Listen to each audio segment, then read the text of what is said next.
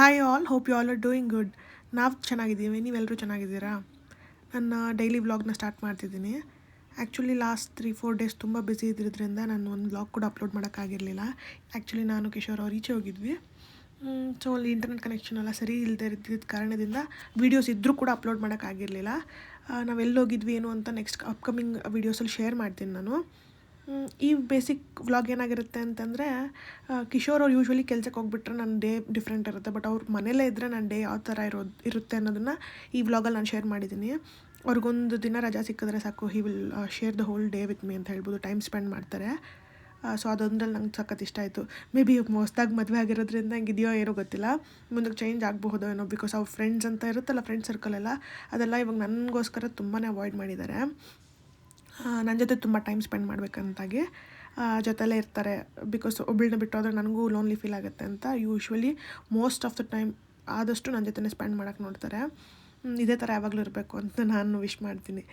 So just because I left all my friends. Basically ಹುಡುಗಿರ್ಗೆ ಹಂಗೆ ಮಾಡಬೇಕಾಗತ್ತೆ. ಫ್ರೆಂಡ್ ಸರ್ಕಲೆಲ್ಲ ತುಂಬ ಕನ್ಫೈನ್ ಆಗುತ್ತೆ ಅಂತ ಹೇಳ್ಬೋದು ಮದುವೆ ಆದಮೇಲೆ. ಬಟ್ ಬಾಯ್ಸ್ ಯೂಶ್ವಲಿ ಗೊತ್ತಲ್ಲ, ಗ್ಯಾಂಗ್ ದೊಡ್ಡದಿರೋದ್ರಿಂದ ಅವರು ಫ್ರೆಂಡ್ಸ್ನ ಮಾತ್ರ ಬಿಡಲ್ಲ ಬಾಯ್ಸ್.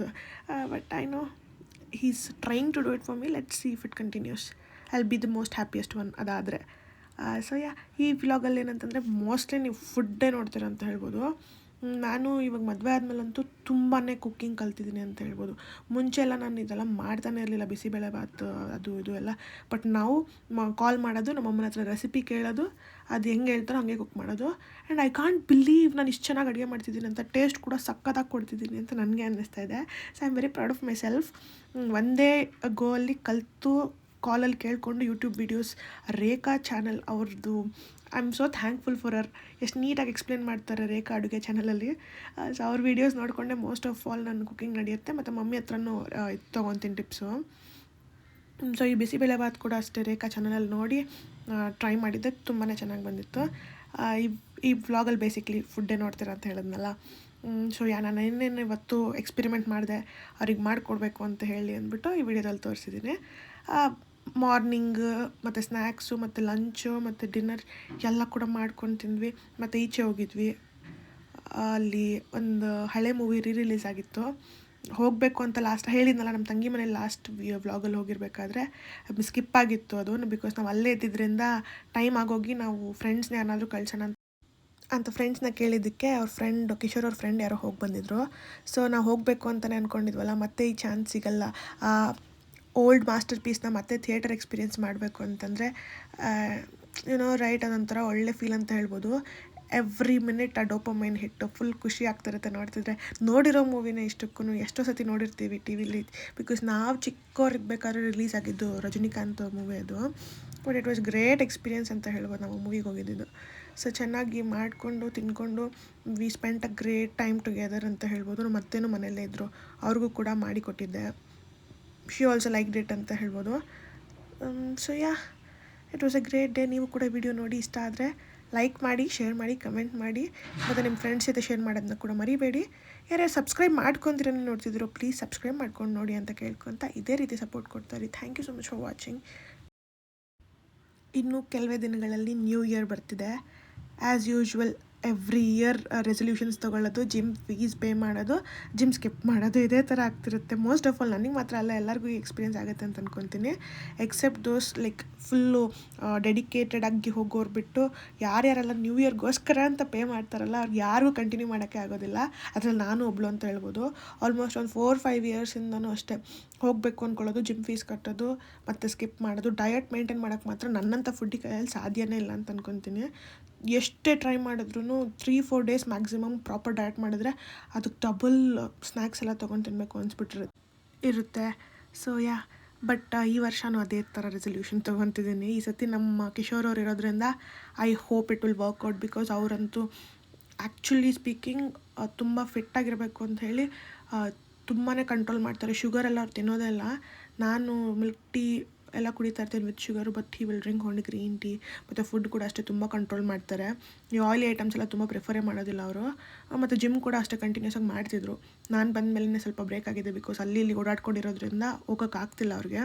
ಬಟ್ ನೈಟ್ ಶಿಫ್ಟ್ ಮಾಡಿದ್ರು ಕೂಡ ತುಂಬಾ ಒಂದು ಡೆಡಿಕೇಷನಿಂದ ಮಧ್ಯಾಹ್ನ ಎದ್ದ ತಕ್ಷಣ ಫಸ್ಟ್ ಜಿಮ್ಗೆ ಹೋಗಿ ಬಂದು ಮತ್ತು ಇದು ಲಂಚ್ ಮುಗಿಸ್ಕೊಂಡು ಆಫೀಸ್ಗೆ ಹೋಗ್ತಿದ್ರು. ಸೊ ಆ ಥರ ಅಷ್ಟೊಂದು ಡೆಡಿಕೇಶನ್ ಇರೋದ್ರಿಂದ he is willing to make me also a gym freak. So ಒಟ್ಟಿಗೆ ಹೋಗೋಣ ಅಂತ ಪ್ಲ್ಯಾನ್ ಮಾಡಿದ್ದೀವಿ. Let's see how it works out. ಮುಂದಕ್ಕಾಗೋದನ್ನ ಇವಾಗ ಹೇಳೋಕ್ಕಾಗಲ್ಲ, ಪ್ರೆಡಿಕ್ಟ್ ಮಾಡೋಕ್ಕಾಗಲ್ಲ. So let's see, but hope so. I should become fit ಅಂತ ಒಂದು ತಲೆಯಲ್ಲಿದೆ ಈ ವರ್ಷ ರೆಸಲ್ಯೂಷನಲ್ಲಿ. ಸೊ ನಿಮಗೆಲ್ಲರಿಗೂ ಕೂಡ ಏನೇನೋ ರೆಸಲ್ಯೂಷನ್ಸ್ ಇರುತ್ತೆ ಅಂತ ಅಂದ್ಕೊತೀನಿ. ಸೊ ಎಲ್ಲರಿಗೂ ಕೂಡ ನಿಮ್ಮ ಡ್ರೀಮ್ಸ್ ಆಗಲಿ, ಗೋಲ್ಸ್ ಆಗಲಿ, ರೆಸಲ್ಯೂಷನ್ಸ್ ಆಗಲಿ ಫುಲ್ಫಿಲ್ ಆಗಲಿ ಅಂತ ನನ್ನ ಕಡೆಯಿಂದ ನಾನು ಪ್ರೇ ಮಾಡ್ಕೊತೀನಿ. ಸೊ ಎಲ್ಲರಿಗೂ ಕೂಡ ಅಡ್ವಾನ್ಸ್ ಹ್ಯಾಪಿ ನ್ಯೂ ಇಯರ್. ಯಾರ್ಯಾರೆಲ್ಲ ಏನೇನು ಅಂದ್ಕೊಂಡಿದ್ದಾರೋ ಅದೆಲ್ಲ ಕೂಡ ಫುಲ್ಫಿಲ್ ಆಗಲಿ ನಿಮ್ಮ wishes. Very all the best. ಮತ್ತು ನನ್ನ ಜರ್ನಿನ ಕೂಡ ನಿಮ್ಮ ಜೊತೆ ಇದೇ ರೀತಿ ಶೇರ್ ಮಾಡ್ತಾ ಹೋಗ್ತೀನಿ. ಈ ವರ್ಷದಲ್ಲಿ ನನಗೆ ಸಿಕ್ಕಿದಂಥ ದೊಡ್ಡ ಗಿಫ್ಟ್, ಅನ್ಎಕ್ಸ್ಪೆಕ್ಟೆಡ್ ಗಿಫ್ಟ್ ಅಂತ ಹೇಳ್ಬೋದು. ನನ್ನ ಈ ಮ್ಯಾರಿಡ್ ಲೈಫ್ ಆಗಲಿ, ನನ್ನ ಹಸ್ಬೆಂಡ್ ಆಗಲಿ, he is very caring and sweet. I did not expect. Actually ಮದುವೆ ಬೇಡ ಅಂತಿದ್ದವ್ರಿಗೆ ಒಂದು ಸಡನ್ನಾಗಿ ಅರೇಂಜ್ ಆಗಿ ಮದುವೆ ಆಗಿ ಆ ಮ್ಯಾರೇಜ್ ಲೈಫಲ್ಲಿ ಫುಲ್ ಖುಷಿ ಅನ್ನೋದಿದ್ದರೆ, ಕೇರ್ ಅನ್ನೋದಿದ್ದರೆ, it will be a boon ಅಲ್ವಾ. So for me especially, who is not at all ready for marriage, this marriage was unexpected and my guy, I am so lucky to have him.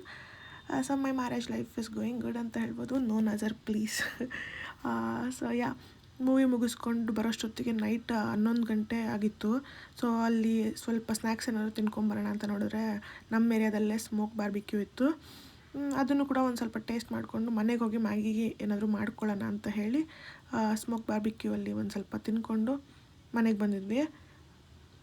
So yeah, it was great day ಅಂತ ಹೇಳ್ಬೋದು. I had so much fun together with my husband. ಅವ್ರಿಗೆ leave ಸಿಕ್ಕಿದ್ರೆ ಸಾಕು ಅಂತ ಕಾಯ್ತಿರ್ತೀವಿ, ಇದಕ್ಕೆ we can spend a lot of time together ಅಂತ. ಮನೆಗೆ ಬಂದು ಮಶ್ರೂಮ್ ಸ್ವಲ್ಪ ಎತ್ತಿಟ್ಟಿದ್ದೆ ಮಧ್ಯಾಹ್ನದ್ದು, ಅದನ್ನು ಹಾಕಿ ಕೂಡ ಮಶ್ರೂಮ್ ಮ್ಯಾಗಿ ಮಾಡಿದ್ದೆ. ಸಕ್ಕತ್ತಾಗಿ ಬಂದಿತ್ತು ಟೇಸ್ಟು. ಅದೇ ಬೈಕೊಂತ ತಿಂತಿದ್ರು, ನನ್ನೂ ಕೂಡ ನಿನ್ನ ಥರನೇ ಫುಡಿ ಮಾಡಿಬಿಡ್ತಿದ್ಯಾ ಅಂತ ಹೇಳಿ. ಸೊ ತಿಂದು ಹಂಗೆ ಸ್ವಲ್ಪ ಟೈಮ್ ಸ್ಪೆಂಡ್ ಮಾಡಿ 12 ಗಂಟೆ 1 ಗಂಟೆವರೆಗೂ ಬಿಗ್ ಬಾಸ್ ನೋಡ್ಕೊಂಡು ನಮ್ಮ ಡೇ ಈ ಥರ ಮುಗಿದಿತ್ತು ಅಂತ ಹೇಳ್ಬೋದು. ನಿಮ್ಮೆಲ್ಲರಿಗೂ ಕೂಡ ಈ ವಿಡಿಯೋ ತುಂಬ ಇಷ್ಟ ಆಯಿತು ಅಂತ ಅಂದ್ಕೊತೀನಿ. ಏನಾದರೂ ಕಮೆಂಟ್ಸ್ ಇದ್ದರೆ ಕಮೆಂಟ್ ಸೆಕ್ಷನಲ್ಲಿ ಕಮೆಂಟ್ ಹಾಕಿರಿ. Thank you so much for watching. Take care. Bye.